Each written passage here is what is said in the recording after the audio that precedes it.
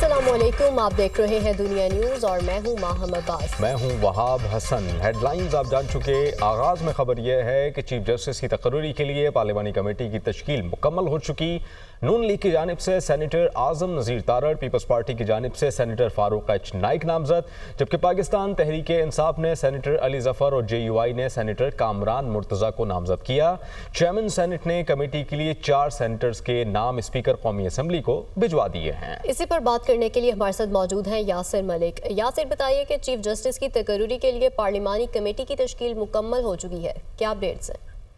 जी, नए chief justice के तकर्रुर के लिए 12 रुकनी पार्लिमानी कमेटी का नोटिफिकेशन जो है वो जारी कर दिया गया है। कमेटी में मुस्लिम लीग नून के 4, पीपल्स पार्टी और सुन्नी इत्तेहाद कौंसिल के जो अरकान हैं उनको शामिल किया गया है। और इसके साथ साथ एक तो पाकिस्तान पीपल्स पार्टी की अगर बात की जाए तो पाकिस्तान पीपल्स पार्टी के फारूक एच नाइक जो सेनेटर हैं उनको शामिल किया गया है। राजा परवेज अशरफ और नवीद कमर को शामिल किया गया है। सुन्नी इत्तेहाद कौंसिल के कौमी असम्बली से बैरिस्टर गौर और हामिद रजा और सेनेट से जो बैरिस्टर अली ज़फ़र है उन्हें शामिल किया गया है। कौमी असम्बली से MQM की रायना इंसार जो है MQM की उनको शामिल किया गया है। अब कमेटी का इजलास जो है वो तलब कर लिया गया है। कमेटी वजारत कानून से चीफ जस्टिस के लिए 3 सीनियर जजेस के जो पैनल है वो तलब करेगी और कमेटी 3 सीनियर जजेस के पैनल में से अगले चीफ जस्टिस का चुनाव जो है वो करेगी। नए चीफ जस्टिस पाकिस्तान की तकर्री के लिए खसूसी पार्लिमानी कमेटी का इजलास भी तलब हो गया है।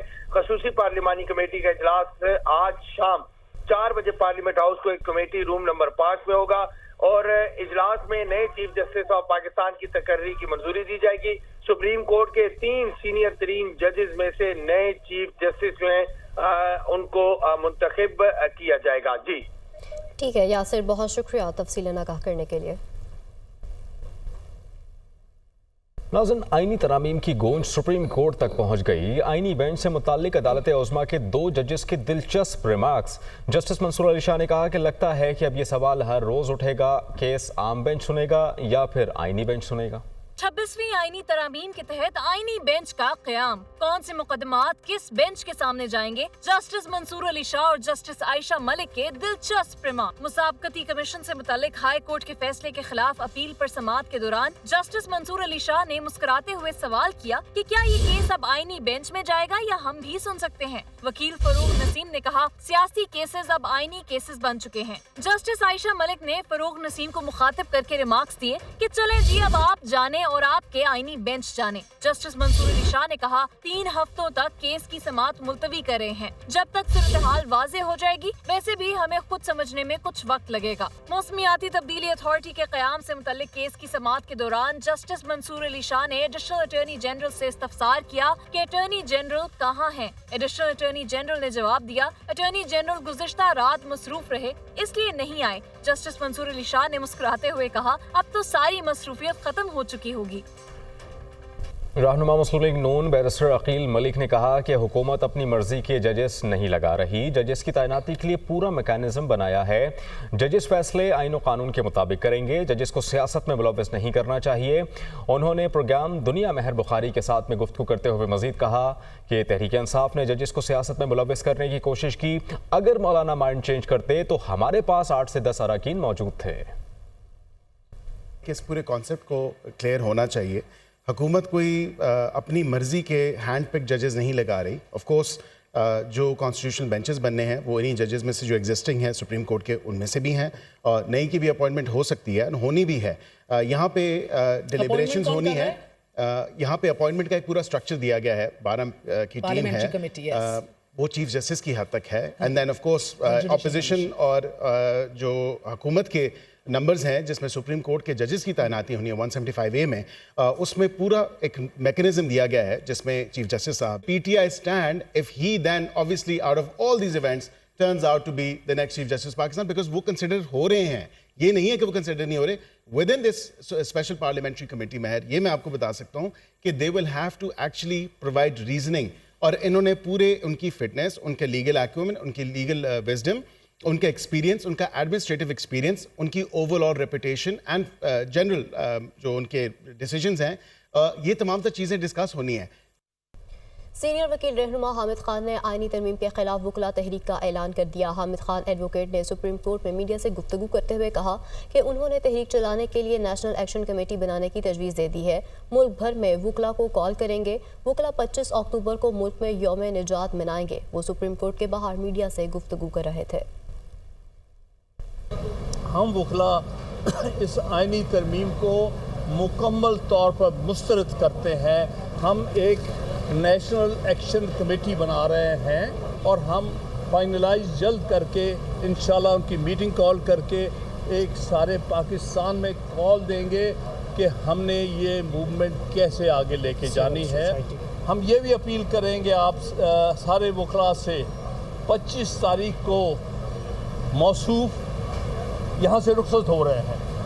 وہ دن میں سمجھتا ہوں پاکستان میں وکلا یوم نجات کے طور پر منائیں گے۔ امیر جماعت اسلامی پاکستان حافظ نعیم الرحمان نے کہا ہے کہ آئینی ترمیم کا معاملہ پارٹی نہیں ملک اور قوم کا ہے۔ آپ مزید قبضہ کر کے انصاف کو یرغمال بنا لیں گے۔ حکومتیں غلط کام کرتی ہیں اور گلے بھی ان کے ہی پڑتا ہے۔ ہم قانونی نظر ثانی پر غور کر رہے ہیں۔ ہم احتجاج اور وکلا سے مشورہ کر کے عدالتی کارروائی کا قدم اٹھائیں گے۔ وہ اسلام آباد میں نیوز کانفرنس کر رہے تھے۔ مسئلہ کسی پارٹی کا نہیں ہے، کسی ممبر اسمبلی کا نہیں ہے، یہ ملک اور قوم کا معاملہ ہے، یہ عدالت کا معاملہ ہے۔ ہمیں معلوم ہے کہ عدالت میں ویسے بھی کون سا لوگوں کو پورا انصاف مل رہا ہے، لیکن آپ مزید اگر قبضہ کر لیں گے تو مزید جو ہے وہ انصاف کو یرغمال بنا لیں گے، اور یہ کام کیا ہے حکومت نے۔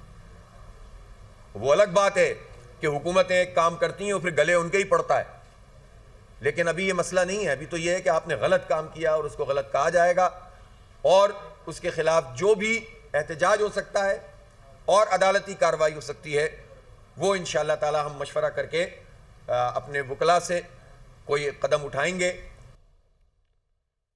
سپریم کورٹ نے پی ٹی آئی انٹرا پارٹی الیکشن فیصلے کے خلاف دائر نظر ثانی درخواست کو خارج کر دیا۔ دوران سماعت چیف جسٹس قاضی فائز عیسیٰ نے ریمارکس میں کہا کہ ہمیں نہیں معلوم کہ کوئی ترمیم ہوئی ہے، ہمارے سامنے کچھ نہیں آیا، ہمیں نہ بتائیں کہ ہم کیا سن سکتے ہیں اور کیا نہیں۔ مزید کیا کہا اس رپورٹ میں جانیے۔ Intra party case P T I وکیل کا چیف جسٹس پاکستان پر متعصب ہونے کا الزام، لارجر بینچ بنانے کی استدعا، 26ویں آئینی ترمیم کا بھی تذکرہ۔ چیف جسٹس قاضی فائز عیسیٰ کی سربراہی میں 3 رکنی بینچ نے پی ٹی آئی کی انٹرا پارٹی الیکشن فیصلہ کے خلاف اپیل پر سماعت کی۔ پی ٹی آئی کے وکیل حامد خان نے کہا کہ وہ دلائل نہیں دے سکتے، لارجر بینچ بنایا جائے۔ چیف جسٹس نے ریمارکس دیے کہ کیس میں گوہر علی خان، نیاز اللہ نیازی، علی ظفر بھی تھے، ان میں سے کوئی دلائل دینا چاہتا ہے تو دے سکتا ہے۔